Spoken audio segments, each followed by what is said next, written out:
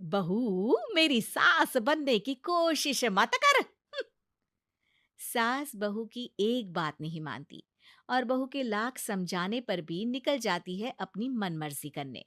शाम को जब सास वापस आती है तो, ये लीजिए सैनिटाइजर से अपने हाथ क्लीन कर लीजिए। अरे इसमें से तो बदबू आती है। छी छी छी छी, मुझे नहीं करना ये इस्तेमाल। अरे तो साबुन से हाथ धो लीजिए। इतनी बार हाथ धुलवाएगी तो चमड़ी गल के नीचे गिर जाएगी। माँ जी, आप बाहर से आई हैं, हाथ धोने का तो सरकार भी कह रही है। मेरी नहीं तो किसी की तो सुन लीजिए। मैं तो खुद अपनी सरकार हूँ, मेरे अपने नियम है। हम्म, कोरोना है। अरे तो इसमें तुझे क्यों रोना है? यार माँ जी, जरा सी बात है, इतना तो कर ही सकते हैं ना आप। नहीं, नहीं, नहीं, सुना नहीं? नहीं, नहीं सुना। तो क्यों मुंह लग रही हो? कौन मुंह लगे आपके? आप तो मास्क भी नहीं लगाती। मास्क तो तुझे लगाना चाहिए ताकि बोलना कम हो तेरा। ज्यादा दिक्कत तब होती है जब बहू को भी सास के साथ कहीं बाहर जाना होता है। अरे मम्मी जी, मैं फोन से पैसे दे दूंगी, कैश क्यों दे रही हैं आप? तू ना ज्यादा मॉडर्न मत बन। अब नोट देने से भी कोरोना होगा क्या? हाँ, नोट पता नहीं कितने हाथों से गुजर के हमारे हाथ में आते हैं, और उनमें से कुछ गधे तो ऐसे होंगे जो हाथ भी नहीं धोते होंगे। हैं? ताना मार रही है क्या? नहीं तो। तू मुझे बेवकूफ समझती है? क्या मुझे नहीं पता कि गधा कौन है? माँ जी, मैंने आपको कुछ नहीं कहा। अरे कैश दे रहे हो या फिर फोन से दोगे? कुछ लेना ही नहीं है। अरे मेरा टाइम क्यों वेस्ट किया फिर? बहू, तुझे ना मैं बाद में देखूंगी। बाद में मतलब कितने बजे?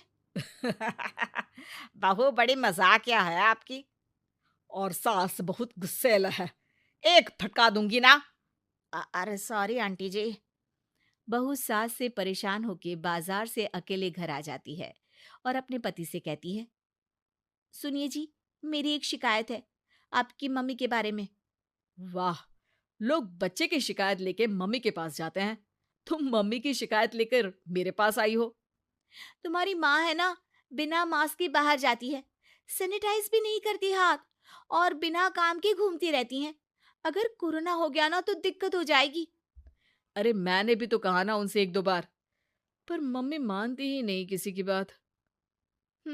मुझे ही कुछ करना पड़ेगा। अच्छा, क्या कर लोगी तुम? क्या कहा? नहीं, मेरा मतलब तुम क्या करने वाली हो? तुम बस मेरा साथ दो। अगले दिन जब सास कहीं से घूम कर आती है, माँ, मेरे शरीर पर कुछ हो रहा है, देखना। अरे ये तो खाज है। अरे मतलब खुजली।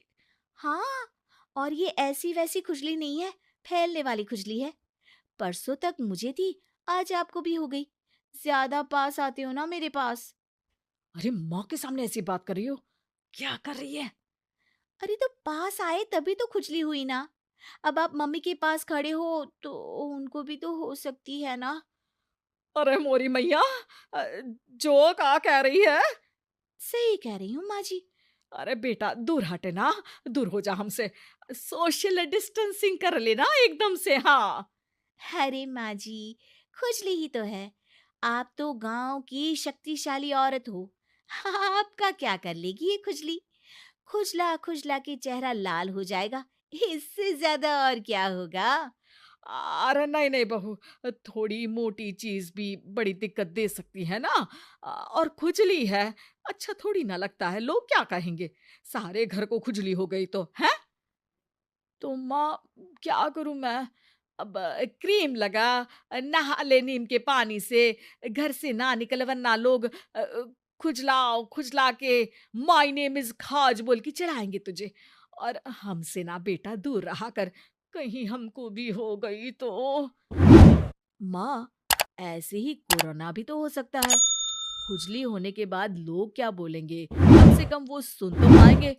अगर कोरोना हो गया तो? हाँ, बाबा समझ गई।